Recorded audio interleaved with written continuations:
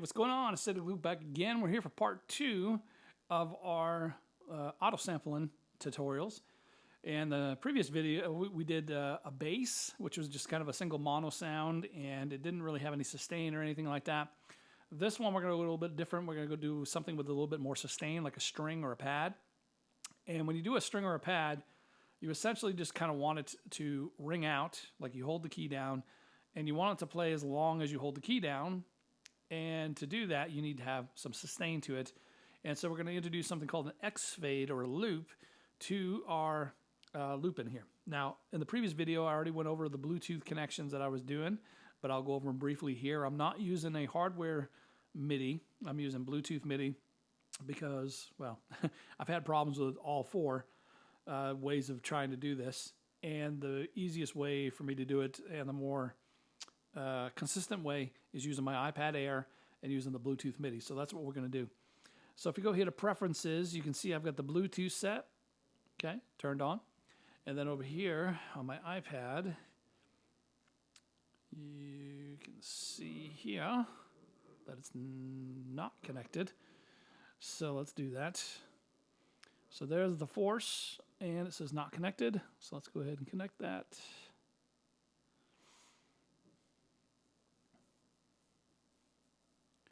All right, so it says connected. We should be good to go for the force. Today we're going to use, again, the Chameleon sampler, and we're going to pick a string, warm pad. And if you're using this, if you want to make sure the connection is ready for the Bluetooth MIDI, click on this there, and verify that it says force Bluetooth connected. All right, good to go.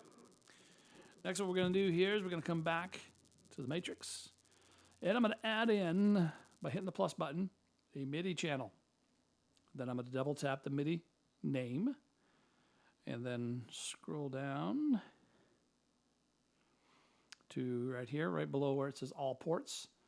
And I'm going to pick my iPad Bluetooth right there. All right. Good to go, good to go. Hit close. That's ready to rock. Let's come over here now to menu. Let's go to sampler. Now, I previously did this video. I did a recording of this video, but I had to stop it because, again, the Bluetooth MIDI disconnected in the middle of auto sampling. I don't know why it does this all the time for me. I'm hoping it doesn't do it again, so we'll see what happens.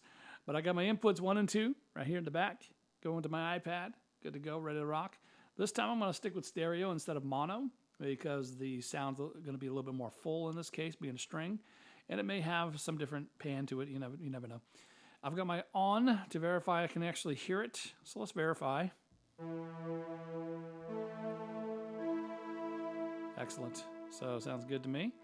So in this particular case, we're going to do a very small sample set, just in case this doesn't work. So I'm going to do, I don't know, C2. Let's see. Let's do C3 through C4. That sounds good. So C3 would be, let's see, that's C3, that's C4. All right, so that's the range we're going to go with. And let's verify the volume is loud. Okay, yep. So there's the meters. That's pretty good to go. All right, I think we're pretty good to go with this. Let's go into our auto sampler, which is right there. All right, so I'm going to actually do C2 through C3. So I'm going to hit this and go back. Now, obviously, if you're making a real instrument, you don't want to do C2 through C3. But for the video purposes and for how many times I've recorded this due to the Bluetooth MIDI kicking out and disconnecting in the middle of the auto sampler, I want to do it as quick as possible. So I'm going to take a small range. But you do obviously want to test what you're going to do. So if you listen to it and you say, you know what, I'm probably playing this string with a C2 all the way to C5, then do that. In this case, we're just doing C2 through C3 to make it, short. For the amount of keys in between, I'm going to do 3. Okay, so I'm going to do 3 note spread. I'm going to do my extend min max. So either way, it's going to record the full range. But the highest fidelity sound will essentially be between C2 and C3 because I'm sampling those directly, okay? As far as layers, these are where you can start adding in more layers. For this one, I would add probably 3, maybe even 4 layers. And the premise behind it is that because you have the MIDI hooked up with it, however light or heavy you touch the pad, it will trigger whatever sample is made. So what it's going to do is it's going to make a sample at this amount of velocity, then it's going to make another sample of the same note at this velocity, at this velocity, and at this velocity. And it's going to take all 4 of those and put it into the same sample, into the same key group for whatever that is. So if it's a C2, C3, whatever. And then depending on however you hit the pad, it will trigger one of those 4 samples. That's how they mimic velocity using this. I'm not going to do that because I want to keep the video short and sweet. But generally, I would do this. I would do probably 4 layers for a string to get the full range. All right, so next what I want to do is I want to listen to how it sounds. If I hold the key down, is there any time during the time I'm holding it down that it changes a swell or anything like that? Or is it very consistent all the way through? So let's hear it.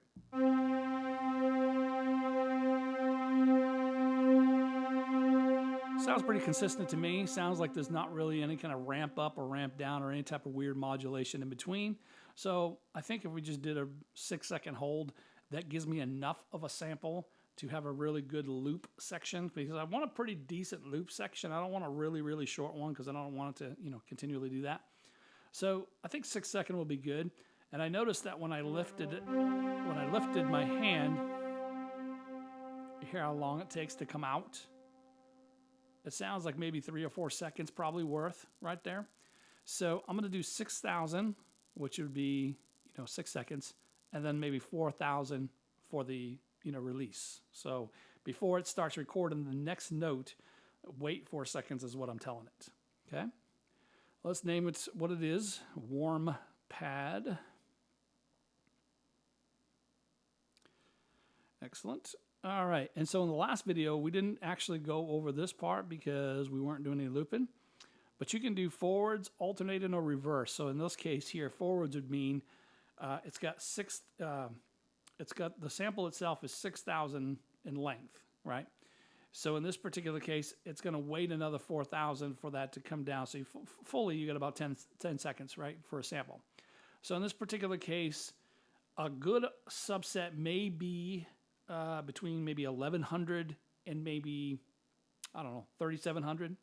We'll go with that range there. That's a pretty solid block to loop.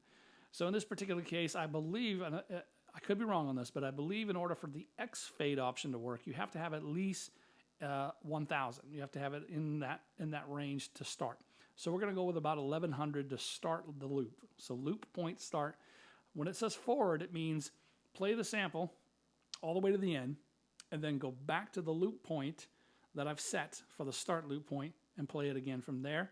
Go back, play it again from there, go back, play it again from there.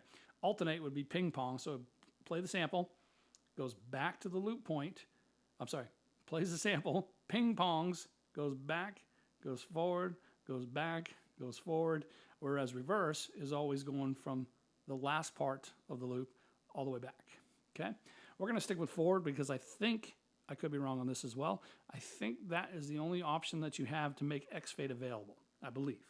I don't think it works with alternate or reverse. If I'm wrong, I'm wrong, but I think that's the case. All right, so we got 1,100 is where we're going to start looping from the sample, okay? So it starts and does this thing, and that's only because I believe you have to have it at least at 1,000 for the X fade option to be available. And then we're going to go to about 3,700 to give it a pretty good full sample to loop. So we're hoping, what we're not hoping on is for it to loop and go, we don't want that. We want a continuous string sound. So to do that, you have to layer more stuff in there. You have to blend more samples in, and that's where the X fade option comes into play.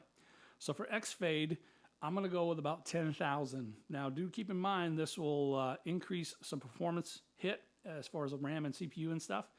But this usually is a range as what I usually start with. Sometimes I may go higher, but you're adding more samples basically to it, or more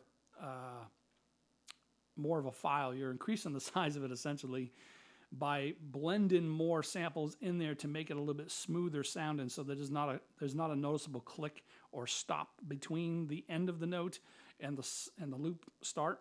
That's the premise behind X phase, to make it sound as if it is a continuous sound all the way through as you hold the key down. Okay, that's the intent. I usually start with about 10,000. And sometimes it won't let you go much higher than that. It may not even let you go to 2,000, 20,000 or what have you. So there is a cutoff, you know, that they have. I don't know what it is exactly, or if it's per sample. In this case, I'm going to go with 10,000. I think that should work. If it doesn't, we can always go ahead and edit it in the sample edit and get it a little bit better. So let's find out. Equal power is the other way, and you can do linear as well. And I think linear has something to do with the sine wave portion of it, but I'm not really into, I don't really know much about that. So I usually just keep it as equal power. It tells me here that it will take 40 seconds. So I think I'm good to go with that. Let me turn this down a little bit and let's start it. And let's hope that it doesn't cut off and disconnect my Bluetooth in the middle of this, because that's what has happened the last 3 times. So let's hopefully it doesn't do that. And I hope you guys don't have the same problem with your Bluetooth setup. Hopefully everything works good for you guys as well. When it's done, it's going to make it as a new track, and then we're going to go in there and add some release to it under the envelopes, and we'll see what it sounds like.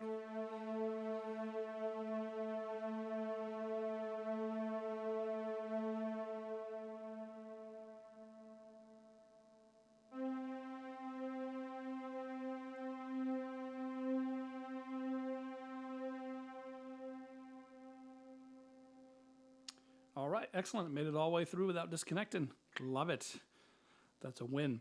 All right, so we now have a new track that's been made, and you can hear it stops it real quick because we have to add an envelope to it to allow a little bit more release. But you can hear it added it. So let's go here back to menu. So now what we're going to do is we're going to go to our track edit. And then here we can see all the key groups it made. It only made 5 because, you know, like I said, we had a really short range. What I'm going to do is drag that back to all. Okay, and then I'm going to go to envelopes. I'm going to click on release, and I'm going to add maybe, I don't know, let's add 100, because it had a pretty good fade at the end of it. Yeah, that works pretty good.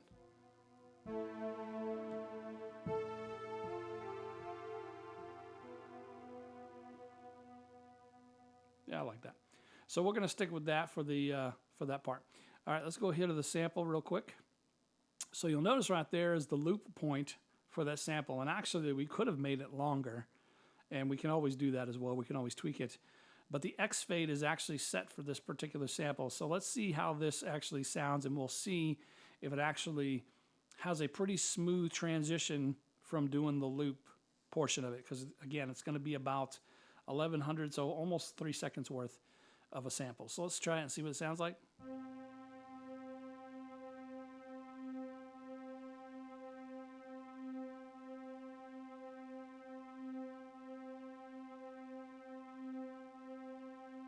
Nice. That's almost seamless. I didn't even notice any difference at all. That is pretty sweet. I mean, we hit it right on the money, but if it wasn't, you can always go to sample edit and you can modify it here. So here you'll see the loop point. So I'm just in sample edit just for this one sample here. But you'll know, let me hit this headphone thing here. So you see that headphone right there? So now when I touch it, touch the sample, touch the button, it will actually show you what it's playing. So let's do that. So you see it's going, then it's going to go to the end, and then boom. And then right there, boom. Notice how there's no noticeable difference, no popping, no crackling. It's really smooth. But that's mainly because of this X fade right there. Okay, whoops. What did I do? Hit the wrong button. There we go. That's mainly because of that X fade right down there. Okay. Now, if it wasn't doing it, if it was popping and it was not really sounding smooth, you would obviously just increase this. And what you can also do is you can increase the length of your loop itself. if that's, you know, if that's works better for you on that as well. But this is how you can just test it in the sample edit button. And to hear it live, you can hit that headphone icon and then just touch the sample screen and you can see it in play. So now it's doing that, and it's going to do the forward loop by going back and hitting that, and it's just going to continue to do that. And that's sweet. Pretty awesome, pretty awesome. So that's how you do a sustain in the loop. Let's go back to our track edit. And so they all should be like that, I think, because they all use the same thing. So let's try some of the other ones.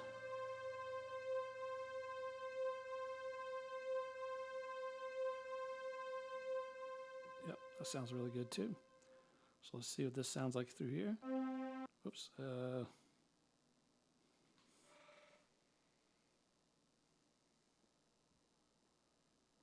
try one of the higher ones. Let's try that one.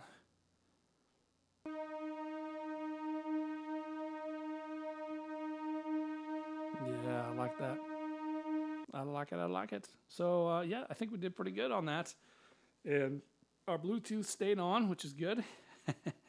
But from here, like I said, you can add in whatever you want for effects. And by the way, if you go back to global, this is the polyphony part, which is, where is it at? Right there, poly 16. So right down to the bottom. So it's going to allow me to play 16 notes at the same time, which is plenty fine here. So that allows me to do that. But if it's not doing that, it may be because of that polyphony set into maybe mono or something like that. And also, oh, where is it?